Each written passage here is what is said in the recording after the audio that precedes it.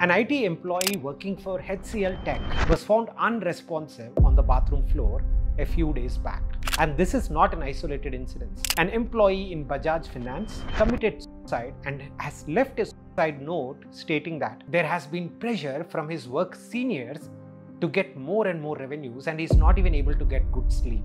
And again, just to recap, there was one more incident in the last few weeks which was discussed very widely. A 26-year-old working at ENY, and she died as well. A lot of individual independent incidents, but these are becoming more and more frequent at an alarming rate. Why is this happening? Why is the number of these incidents increasing? Just to get started with, go to Google and search for what are the issues with high stress, and you will get a bunch of things. One, you will realize why India is becoming the diabetic capital of the world. Number two, you will realize why so many youngsters are getting heart attacks nowadays. Stress, sustained stress for long periods is not good for our health.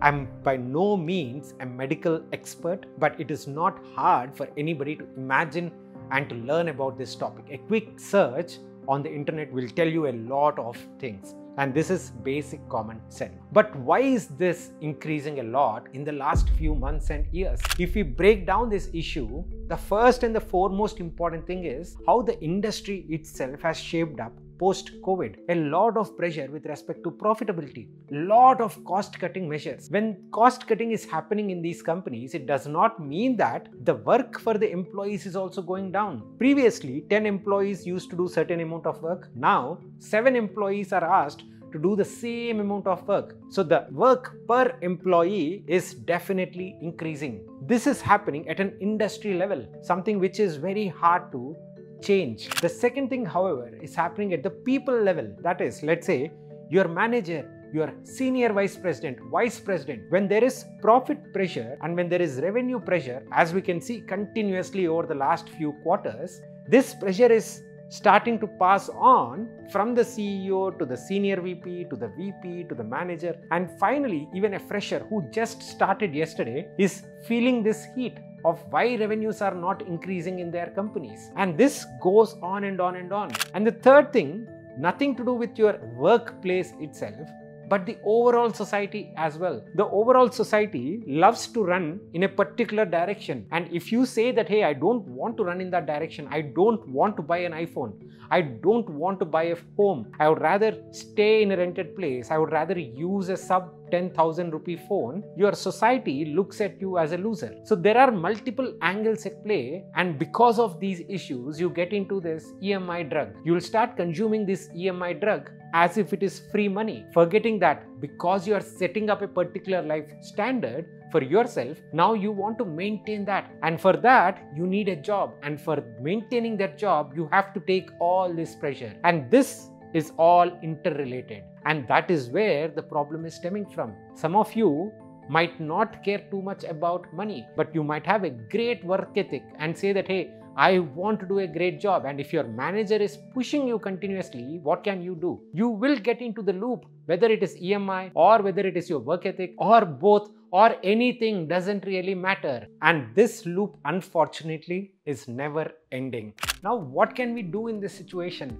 Well, I don't have any magic bullet per se, to be very honest, but I was recently interacting with a founder who has more than 15 years of entrepreneurial experience, who had a lot of ups and downs in his career. I asked him, like, hey, how are you managing stress? His answer, even though it felt funny at start, but he said he's actually serious, that he does meditation every single morning. It could be meditation for him, it could be something else for you, but you need to figure that out. You need to try out a lot of ways in which you can relax your own body, and that is important. You can't ignore and say that, hey, for the first 20 years of my career, I'll just continue to earn, and then later I will just try to relax my body. It just does not work that way. You have to make sure that you are maintaining your physical and emotional health as well. If you are a manager, then there is one thing that you can definitely do. Of course, there is a lot of pressure that you are taking, but is there any reason for you to pass on that pressure to your subordinate? Absolutely not necessary. You can be the one